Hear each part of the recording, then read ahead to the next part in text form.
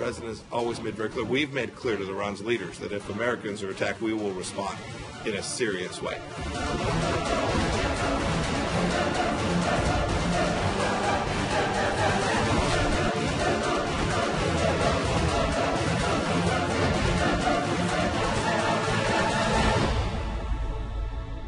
대구경 장거리 방사포들과 전술 유동 무기의 화력 진지 진출과 전개를 비롯한 사격 준비 과정을 검열하셨습니다.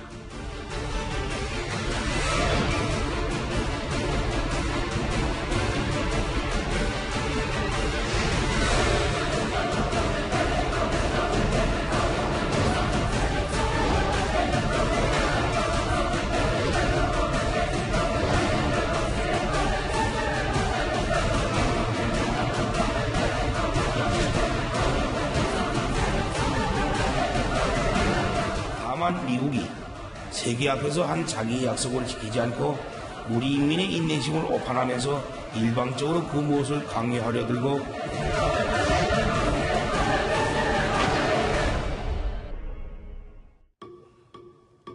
방사포와 신형 전술 유도 무기를 섞어 쏘면서 미국의 일격을 날렸던 북한 김정은 위원장. 자, 김정은은 어쩌면 이렇게 강경하게 나올 수 있었던 이유가 있었던 것 같습니다. 바로 미국과 이란의 핵 합의가 깨지면서 미국의 전략 자산들이 이란 인근으로 모두 몰려갔기 때문이 아닌가, 이런 분석을 해봤는데요. 그런데 그렇게 생각했다면 김정은의 오판이라고 볼 수 있는 분석이 있습니다. 자, 그 이유 뉴스타트에서 첫 번째 소식으로 분석해 보겠습니다. 신인균 대표님. 네. 그러니까 괌 지역에 배치됐던 B-52 전략 폭격기가 이란과의 핵 합의가 깨지면서 전부 다 이란 인근으로 몰려갔었다면서요. 그런데 북한이 미사일 도발을 하면서 발사체 도발을 하면서 다시 괌으로 돌아왔다고요. 자, 이제 이란하고 핵 합의가 2015년 7월 달에 이제 체결했다가 지금 최근에 깼지 않습니까? 네. 그래서 이란이 미국을 공격하겠다고 그랬어요. 네. 그래서 지중해에 있던 에브라함 링컨 항공모함을 수에즈운하를 거쳐서 지금 페르시아만으로 보내고, 그리고 괌에 있던 B-52 폭격기를 디에고 가르시아로 보냈어요. 네. 그러니까 괌 즉 서태평양에서는 지금 무력 충돌 가능성이 좀 적다라고 판단했는지 괌의 B-52를 디에고 가르시아를 보내서 이란을 지원하게끔 만든 겁니다. 네. 그런데 5월 4일 날 북한이 발사체를 쏘았지 않습니까? 네. 그래서 어제 5월 7일 어제 디에고 가르시아에 갔던 B-52가 괌으로 돌아왔습니다. 네. 그러니까 방금 모두의 앵커께서 말씀하신 대로 김정은이 오판을 한 네. 그런 셈이 될 수 있는 것입니다. 네.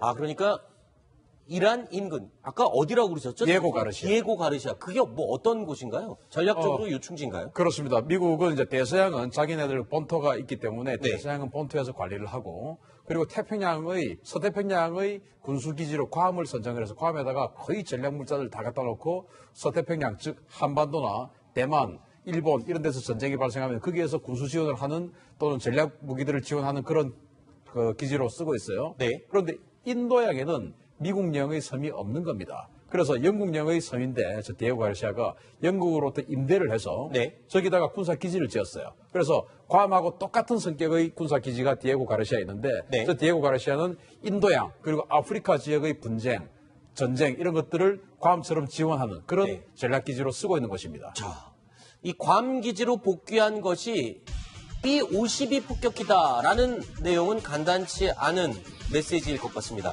미국이 북한을 압박할 때마다 전진 배치했던 전략 자산이 바로 이 B-52 폭격기이기 때문이죠. 자, 김종골 실장님. 일단은 북한이 괌에 B-52가 있었던 없었던 간에 도발은 항상 자기네 시나리오대로 계속 진행을 해왔었잖아요. 하지만 B-52가 다시 돌아왔다는 거는 적지 않은 압박감은 느낄 수 있을 것 같아요, 지금. 우리가 이렇게 봐야 됩니다.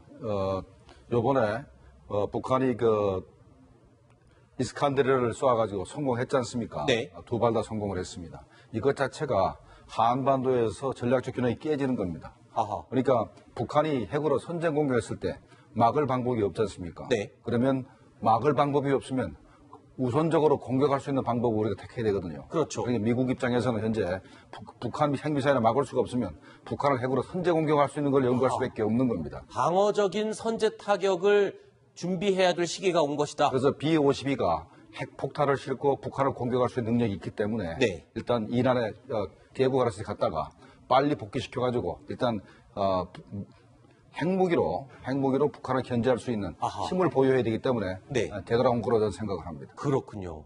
이 B-52 이란 인근으로 배치됐던 B-52 폭격기가 다시 괌으로 돌아오게 된 그 이유에 대해서는 북한에 전하는 메시지가 심상치 않습니다. 그런데 미국의 압박은 여기서 또 그치지 않습니다. 진주만에 있던 핵추진 잠수함을 일본 요코스카 기지에 전진 배치시켰습니다. 신인규 대표님. 네.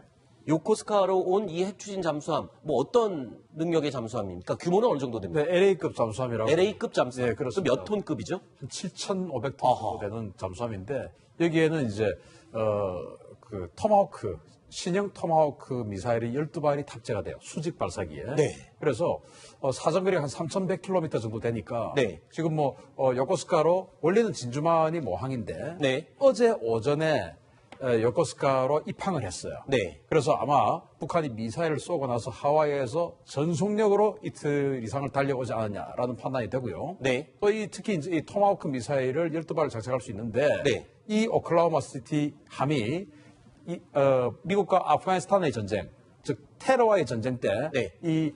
토마호크를 다량 발사하는 그런 활약을 했던 그런 전력이 있습니다. 이 내용을 좀 살펴보니까 굉장히 눈에 띄는 게 네. 잠수함인데 지상 공격을 주요 임무로 하는 잠수함이다. 그렇습니다. 바닷속에 있는 잠수함이 지상 공격을 주 임무로 한다는 게 굉장히 특이한 특징을 갖고 있네요. 지상 공격도 하지만 네. 제가 볼 때는 이제 북한이 이제 머지않아서 SLBM도 쏠 수가 있거든요. 네. 그러니까 앞으로 북한이 이제 북극성 사명을 아직 시험 발사 안 했지 않습니까? 네. 그러니까 그 가능성이 있고 또 3,000톤짜리 잠수함을 이제 만들고 있는데 네. 아마도 한 금년 연말 전에는 분명히 만들어낼 겁니다. 북한이요? 그러면 이걸 견제를 해야 되거든요. 아하. 동해에 있는 북한의 잠수함 전력을 견제하기 위해서 네. 공격용 핵잠수함이 필요한 겁니다. 그래서 추가적으로 배치된 거 아닌가 생각합니다. 네.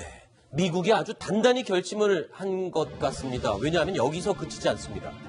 미국의 최신 ICBM 미니트맨 3 이 ICBM 미사일을 또 시험 발사하겠다라고 만천하에 공고를 했습니다. 그런데 불과 지난 1일에 미국이 ICBM 발사 시험을 했어요. 지금 보시는 이 영상입니다. 미니트맨 3 최신형 미국판 ICBM인데 지난 1일에 실험을 했는데 며칠 안 돼서 지금 또 하는 거예요? 네. 근데 제가 죄송하지만 우리 앵커의 말씀에 조금 토를 달겠어요. 네. 최신형이라고 하셨지 않습니까? 네. 최신형이 아닙니다. 아, 최신형이 아니에요? 예, 왜 구형입니다. 네. 자, 왜 제가 이 말씀을 드리냐면은 이 상당히 전력화한 지 오래됐으면은 아주 안정화돼 있죠. 네. 그러면은 계속 실험을 해서 테스트를 할 이유가 없는 무기입니다. 네. 이미 데이터가 완벽하게 나와 있는 그런 안정화된 무기가 바로 미니트맨 3거든요. 네. 그런데 지난 1일 날 쏘고 일주일 만에 또 쏜다. 네. 이것은 뭐냐? 발사하는 방법을 다시 수련을 한다, 또는 발사 궤도를 다시 측정을 한다. 이건 그럴 필요가 없는 무기. 전혀 그럴 필요가 없죠. 네. 안정화되어 있기 때문에. 네. 그래서 이것은 전적으로 뭔가 정치적인 메시지를 담은 그런 발사다라고밖에 네. 볼 수 없는 것입니다. 아까 김정국 실장께서 말씀하신 지금 북한이 쏘아 올린 것으로 확실시되고 있는 이스칸데르 미사일 이걸 막을 방법이 없다면 선제 타격을 해야 되는 방법. 그렇죠. 그렇기 때문에 B-52 폭격기에 실린 핵폭탄 그리고 또 직접 가격하는 ICBM 미니트맨 3. 자, 이런 전력들이 동원이 되는 것 같습니다. 내일인데 시험 발사가 자, 내일 이거는 실패 성공을 따질 필요가 없는 거죠. 그냥 쏜다. 정확하게 낙착이 됐다. 이런 것이 또 보도가 되겠군요. 정확하게 낙착이 되지 않을 리가 없고 워낙 안정화되어 있는 것이기 아하. 때문에. 그래서 탄두를 예를 들어서 네. 어떤 탄두까지 장착을 할 수 있다. 다탄두죠, 저거. 다탄두죠. 네. 3개까지 쪼개줄 수 있는 다탄두인데 그러나 그런 것들을 사실은 핵을 장착하지 않겠죠. 네. 서태평양상을 어떤 환초에다가 이제 쏠 텐데 그 쐈다라는 것이 북한에 주는 메시지가 크다. 일주일 네. 만이기 때문에 이건 정치적인 겁니다. 그렇군요. 유럽 순방 중 이 독일 일정을 아주 취소해버린 폼페이오 국무장관 얘기를 해보겠습니다. 어디 갔을까 궁금증이 일었었는데 이란과 국경을 맞댄 이라크를 전격적으로 방문한 것으로 확인됐습니다. 이런 말을 남겼네요. United States is going to defend its interests wherever we are, and we'll always make sure we have a force structure that we believe can achieve that end. And so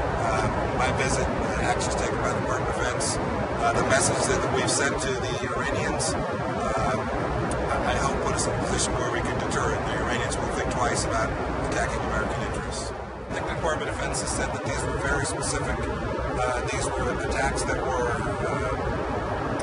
imminent. That is, they were attacks that were going to happen fairly soon. We learned about them. We've taken every action we can to deter them. 자, 저 말이 안 박사님 비단 이란에만 해당되는 이야기는 아닌 것 같습니다. 북한이 요즘 이란을 끌어들여서 무력 시위를 하는데 아주 활용을 하고 있잖아요. 그렇죠. 국제 무대에서 북한의 편을 들어주는 또 북한과 호용호재하는 나라가 거의 없는데 네. 그래도 이란이 저렇게 핵을 가지고 자신들과 비슷한 행동을 하니까 북한으로서는 아마 대단히 반가운 문화입니다. 네. 그래서 북한 지금 방문 예정까지도 이제 나오고 또 북한도 지금 NPT에 탈퇴되어 있습니다만 이란도 곧 따라서 탈퇴한다 이런 소리 나오는 거 보면 어떻게든 북한은 국제 무대에서 자기의 적은 지지자라도 쟁취하려는 이런 네. 노력의 일환으로 이란의 관심을 가지고 있는 것 같습니다. 네. 네, 김정은이 결국 오판을 해서는 안 되는 것이 지금 이란에 거의 군사력을 집중할 것 같은 그런 모양새를 폼페이오 장관이 취하고 있지 않습니까? 네. 과거 냉전 시대에는 미국이 윈윈 전략이라 그래서 두 개의 전쟁을 동시에 승리할 수 있는 군사력을 준비해 왔었어요. 네. 그러다 냉전이 끝나고 이제는 두 개 전쟁을 할 수가 없다. 해서 윈 플러스 전략이라고 해서 하나의 전쟁은 반드시 승리하고 하나는 군사력을 억제한다. 이거거든요. 네. 그러면 김정은 입장에서는 지금 이란에게 윈, 우리는 플러스, 즉 우리에게는 군사적 공격보다 억제력으로 가겠구나. 라고 생각할 수 있는데 지금 폭격기 돌아왔지 않습니까? 지금 이란에 에이브라함 링컨 항공모함, 키어사지 강습 상륙함, 그리고 폭격기들 해서 지금 서태평양에 배치된 거하고 똑같아요. 밸런스가 똑같습니다. 네. 그러면 미국이 언제 윈을 이란에서 북한으로 선택할 것인지 이거는 선택의 문제지 저기에 집중한 문제가 아니다. 네. 김정은이 오판해서는 안 됩니다. 저는 폼페이오 장관의 말이 무시무시하다고 생각하는 것이 네. 현재 국방부는 전쟁할 준비가 다 돼 있다. 네. 그런데 내가 말리고 있다. 아하. 내가 말리기 여기 왔다는 얘기를 했지 않습니까? 네. 그러니까 아직까지 외교적으로 해결할 부분이 있기 때문에 내가 여기 왔는데 만약에 내가 실패하면 당신들은 미국의 공격을 받을 것이다. 네. 이런 메시지를 주고 있는 겁니다. 그렇군요. 네, 5월 4일 발사한 북한의 탄도 미사일이라고 지금 알려지고 있는데 이것에 대해서 지금 우리 청와대나 국방부에서는 발사체라고 얘기를 하고 있고 북한의 도발이 아니다. 그리고 이것이 계속 분석 중이다. 이렇게 얘기를 하고 있는데 지금 전문가들의 얘기, 특히 외신에서 나오는 얘기들을 종합해 보면 이것은 단거리 적어도 추적이라서 우리나라가 지금 이 미사일을 격추시킬 수 있는 방법이 없고 더구나 핵무기를 장착할 수 있고 더구나 이번 북한의 실험이 성공적이었다고 지금 나오고 있습니다. 네. 이런 측면에서 지금 이런 청와대나 아니면 국방부의 대응은 다소 굉장히 안이하다. 이런 지적이 좀 나오고 있습니다. 알겠습니다. 자, 주민들에게 허리띠를 졸라 매라고 하면서 자력갱생을 외치고 있죠. 바로 김정은 위원장 이야기입니다. 이 김정은에게 가장 필요한 건 아마도 지금 현재 쌀입니다. 그래서일까요? 트럼프 대통령이 대북 식량 지원의 지지 의사를 표명했습니다. 이 이야기를 좀 짚어보겠습니다. 허만숙 부장. 허만숙 부장, 죄송합니다. 네. 예상 밖의 카드가 나왔어요. 트럼프 대통령이 북한에 대해서 인도적 지원을 한다고요? 식량 지원이요? 지금 분위기하고 좀 안 어울리는 내용 아닌가요? 네, 그렇습니다. 지금까지 논의된 내용하고는 좀 맞지 않은데 결이 다른데 어쨌든 5월 7일 35분 동안 문재인 대통령과 트럼프 대통령이 전화 통화를 했는데 네. 이 자리에서 이제 트럼프 대통령이 어떻게 얘기했냐면 한국이 인도적 차원에서 북한에 식량을 제공하는 것이 매우 시의적절하며 긍정적인 조치가 될 것이다라고 말했다고 청와대 고민정 대변인이 전했습니다. 네. 아마도 쌀은 지금 북한 주민들을 위해서도 필요하겠지만 김정은 자신을 위해서 가장 필요한 것일지도 모르겠습니다. 탈북자의 증언입니다. 물론 제재가 계속되는 경우에 만약에 주민들이 힘들 수도 있고요. 무역으로 들어오는 장사 물건이 안 돌아서 시장에 물건이 메말라질 수도 있습니다. 사실 북한 주민들은 쌀이 없으면 죽을 먹는다는 이치를 알지만 간부들은 쌀이 없으면 무조건 쌀이 필요합니다. 안 박사님, 북한에서는 지금 쌀 제공 제한을 뿌리칠 이유가 없죠. 사실 최근에 배급도 절반 가까이 줄었다면서요. 그렇습니다. 원래 이제 하루에 북한 주민들이 보통 600g, 물론 뭐 백미가 아닌 잡곡을 포함해서 600g의 배급을 줘야 되는데 지금 300g, 절반밖에 못 준다는 겁니다. 네. 이것도 이제 뭐 공무원, 그러니까 뭐 군인, 공안기관 이런 사람들에게만 공급되지 사실 일반 사람들은 장마다에 가서 장사를 해서 필사적으로 해결해야 되는 분야입니다.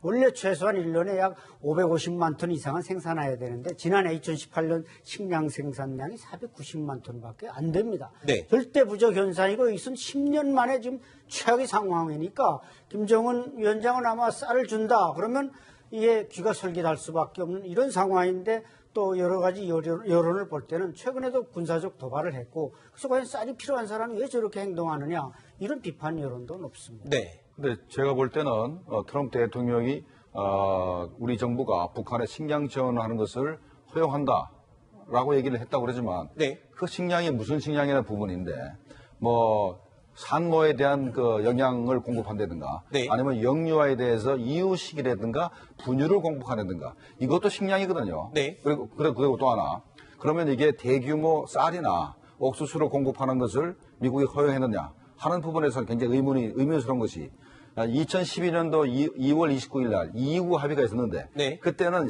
이 식량이 전략물자라 해가지고 벌써 7년 전에도 쌀을 못 주고 그때도 영양과자를 준다고 그랬습니다. 아하. 그런 미국이 영양과자요? 영양과자, 아하. 비스켓 같은 걸 준다고 네네네네. 했습니다. 그 수십만 톤 주면은 쌀이나 그 옥수수보다 훨씬 비싼데도 불구하고 쌀을 못 주기 때문에 그 영양분을 준다고 그랬는데 지금 와서 미국이 쌀이나 옥수수를 주는 걸 허용한다? 네. 제가 볼 때는 조금 아직까지 조금 더 두고 봐야 될. 그러니까 쌀이라고 단정지어서 얘기할 수 없다. 뭔가 그렇죠. 식량은 그렇죠. 맞겠지만 네네. 쌀일 가능성은 좀 낮다고 보는 게 왜 그러냐면 네. 현재 미국이 강력하게 북한에 대해서 비핵화라고 제재를 하고 있는데 네. 쌀을 주게 되면은 북한 네. 체제가 더 오랫동안 비핵화를 안 하고 견딜 수 있기 때문에 네. 그게 기본 전략과 맞지는 않습니다. 그렇군요. 그런데요, 어찌 보면 김정은이 무력 시위를 통해서 얻고 싶은 것을 얻은 것이 아닌가라는 생각도 들긴 합니다. 민주평화당의 박지원 의원은요, 김정은 위원장이 교묘하게 트럼프 대통령을 쿡쿡 찌르면서 간을 보고 있는 게 아니냐라는 분석을 했습니다.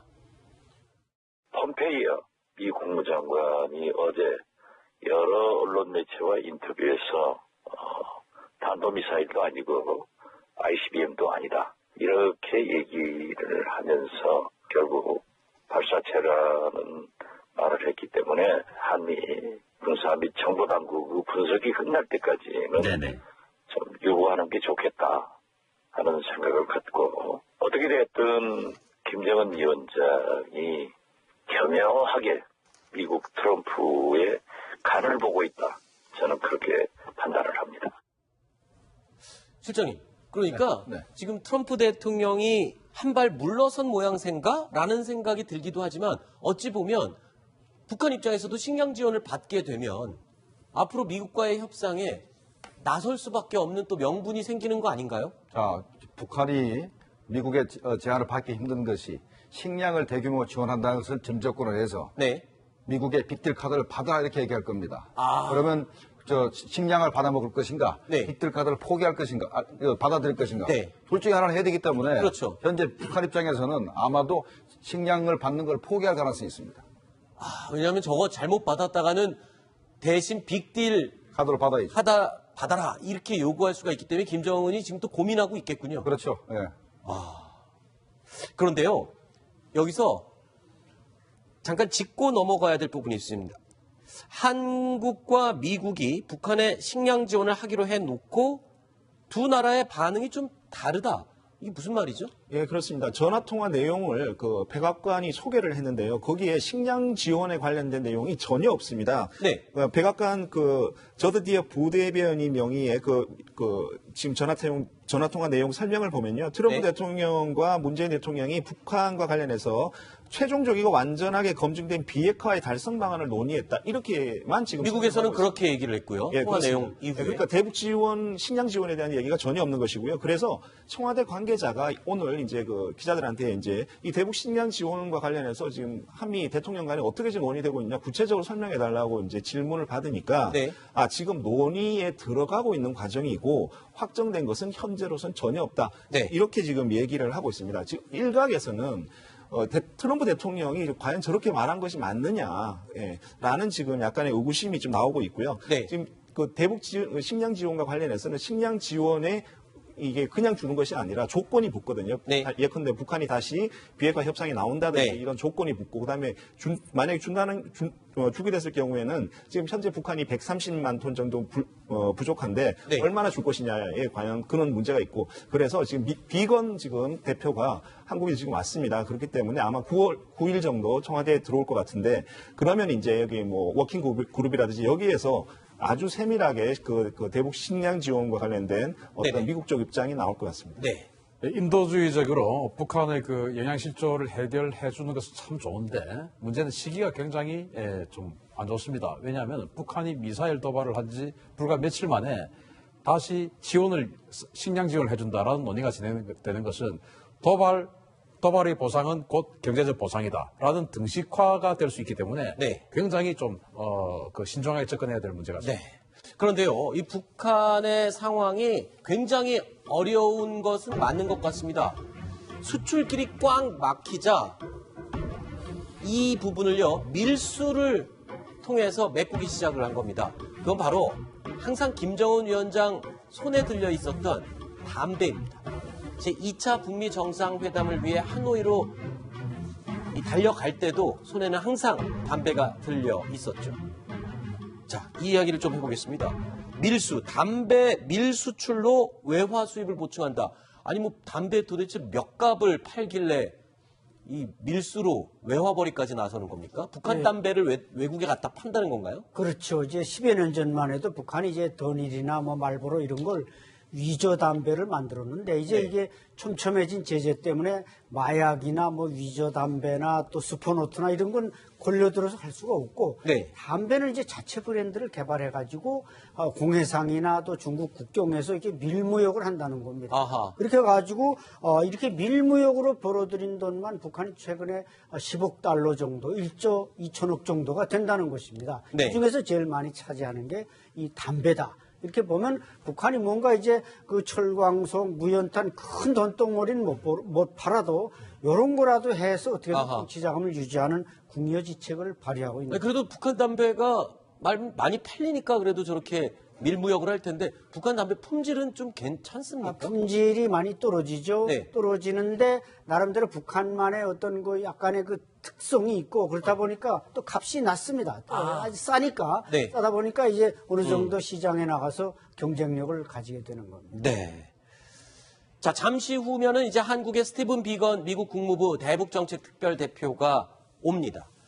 지난 3월 하노이 회담 결렬 이후에도 북한의 장밋빛 경제를 이야기를 했었죠. 그 목소리 한번 확인해 보시죠. Which truly would transform events on the Korean Peninsula. The president has gone even further to begin laying out a vision for what he believes is a very bright economic future for North Korea as well, with its rich natural resources, its relatively undeveloped economy, and its critical location at a crossroads of China, Russia, and South Korea. The economic potential the president describes is enormous. And this is the vision that we're trying to inculcate our North Korean counterparts with, that the faster they move, the faster we get to this brighter future. The United States, I cannot be more emphatic, the United States has chosen to take this course. The president has created the space and the momentum for diplomacy. 자, 비건 대표가 이제 오늘 오후에 지금 왔을까요? 지금쯤 왔을 시간이 된 것 같은데 근데 또 오는 길에 일본을 또 먼저 들렀네요. 자, 일본에 오는 길이니까 네. 일본이 더 가까우니까 뭐 그렇죠. 들을 수 식량 문제 뭐 논의하기 위해서 오는 그렇죠. 거지만 일본도 현재 일본의 납북자 문제를 이제 아베 총리가 이제 그걸 해결하려고 트럼프 대통령하고 합의를 했지 않습니까? 네. 그러니까 일본의 뭐 북한에 대한 대북 지원 문제 이런 것도 논의가 좀 됐을 아하. 거고 그다음에 한계선은 분명히 설정했을 겁니다. 네. 너무 주게 되면 대북 제재가 이제 무력화되기 때문에. 네. 그다음에 이제 한국에 와서는 아마 한미 정상회담을 어떻게 개최할 것인가 하는 부분을 가장 집중 논의할 것이고. 저번에 10분 만에 끝났죠. 그다음에 이제 제재 문제인데 우리 대한석유공사가 우리 국내에서 정제된 그 정제유를 그 선박에다 줬는데 그것들이 북한으로 다 들어갔다는 얘기가 좀 있기 때문에 아마 그런 부분에 대해서 확인도 하고 앞으로 이런 일을 재발 방지를 요청을 할 것이고 그다음에 이제 아까 얘기했던 또 식량 지원 문제 네. 이것도 분명히 할 것 같고 그다음에 이제 한일 관계를 좀 빨리 개선하라 이런 요구도 할 가능성이 있습니다. 알겠습니다.